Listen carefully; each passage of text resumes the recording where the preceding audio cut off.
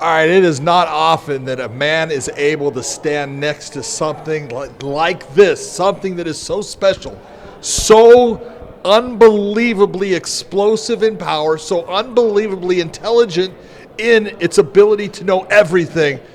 We have got the gangster, the American gangster, the man of the west side of West Lynn.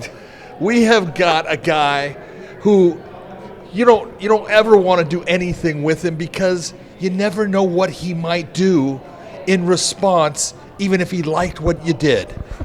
My man, Chael Sonnen. That's beautiful, man. You were going on and on. That was beautiful, though. I thought there was going to be a swerve at the end there. I couldn't do it. Going to take a lump. So No, never, man. How you doing, brother? Good, man. I'm happy to see you guys. I got to tell you, I'm fired up.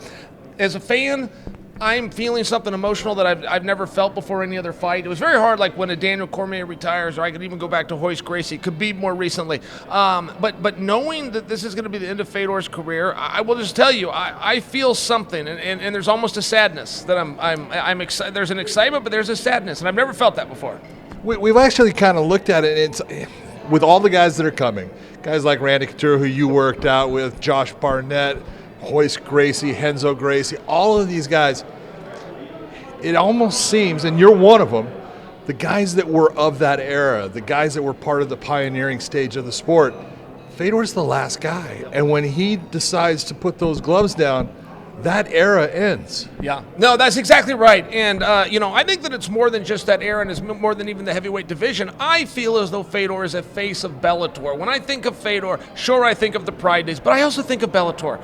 And, see that he's going to be on the other side of the fence. I know he's training guys, and he's still got a place, but there is something sad. And, yeah, John, you're right. We do cling to that. We do cling to that era. We do cling to, maybe the 45-year-old can go out there and do it. And I'm holding on to that, man. I think he's going to have a good performance, and I feel very confident telling you guys he's going to have a better performance. Yeah. I think that's what this fight's about. He asked for this fight, and I don't know that he really thinks I'm going to beat Ryan Bader, or I think I can do better with Ryan Bader.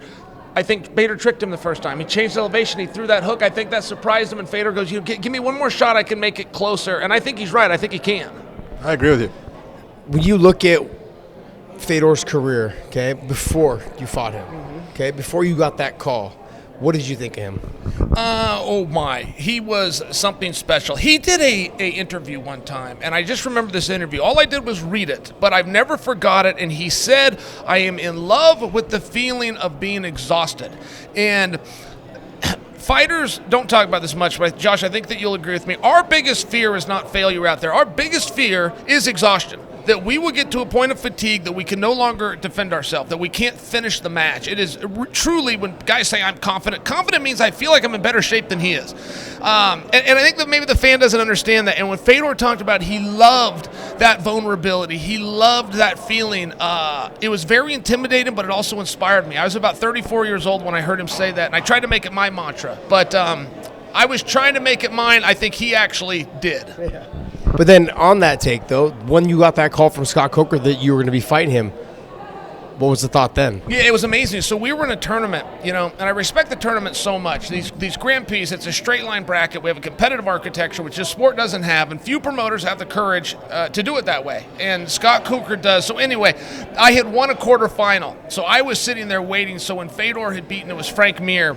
I knew we were drawing into each other. In fact, I was even there in the arena, and Coker went and got me, and he threw me in the cage to have this face-off with Fedor. And, it's just one of those tough moments. Like, that was a side of the sport that I really embraced, but it was a side of the sport that he couldn't have possibly cared less that we were going to get, some social media plug or something. So it's a unique experience for sure. But all of that after wrapping up the fight. You guys fight, the fight's done, but then moving on. Now when you look back at that fight and looking back on his career, what are your thoughts of him now? Yeah, well, I admire it. I just admire what he went out there and did. And I've even heard some people critiquing him, saying that he slowed down. That's not what I see. What I see in today's Fedor versus the 2006 Fedor is today's Fedor waits. Today's Fedor is happy to be defensive, and 2006 Fedor was offensive. And the only reason I say that is I don't think that he has slowed. I don't think that he has weakened. I don't think that his chin is bad, as some people say. I think that it's a mental thing, and it's a switch that if he flips, he could be world champion tomorrow night. One of the things about Fedor that makes him so unusual is the fact he doesn't talk a lot. He never puts down his opponent. He never trashes them or anything like that.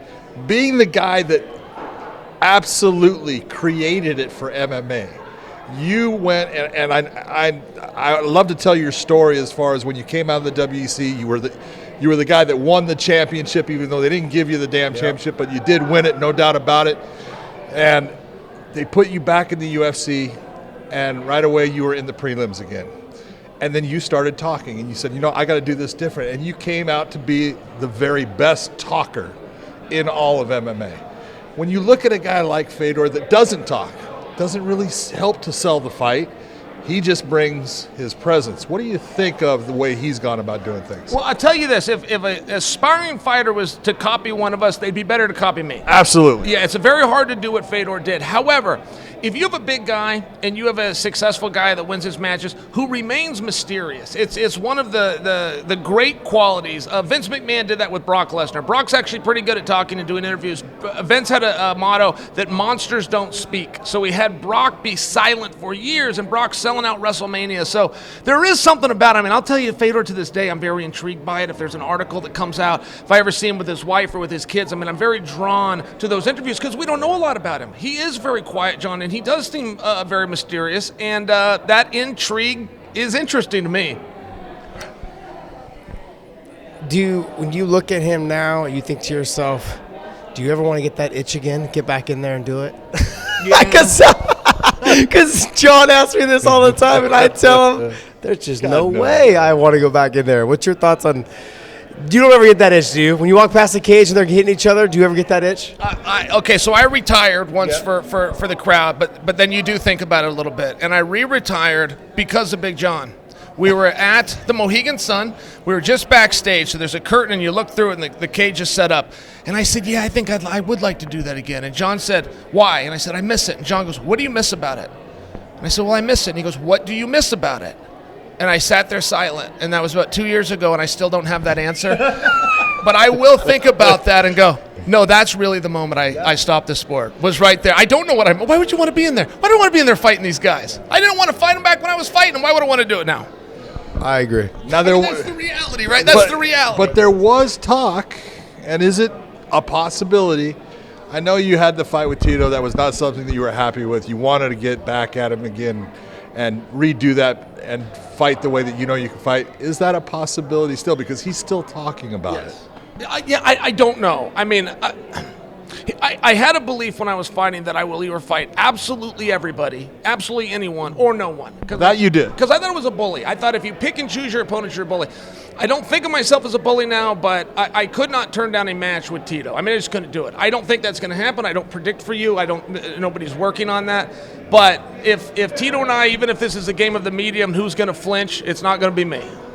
Sounds about right. Before we let you go, give me a prediction for tomorrow night in the main event. Oh, Ryan Bader. I think there's something special there, and I would like to see Ryan Bader maybe finally get the credit that he deserves. I don't think anyone has, if I could emulate their career, right? A genie pops out of the bottle, and I could have somebody's career, it'd be Bader's. He was a double champion, 2 different division, main eventer, selling out arenas, and for some reason, he's still been the B-side.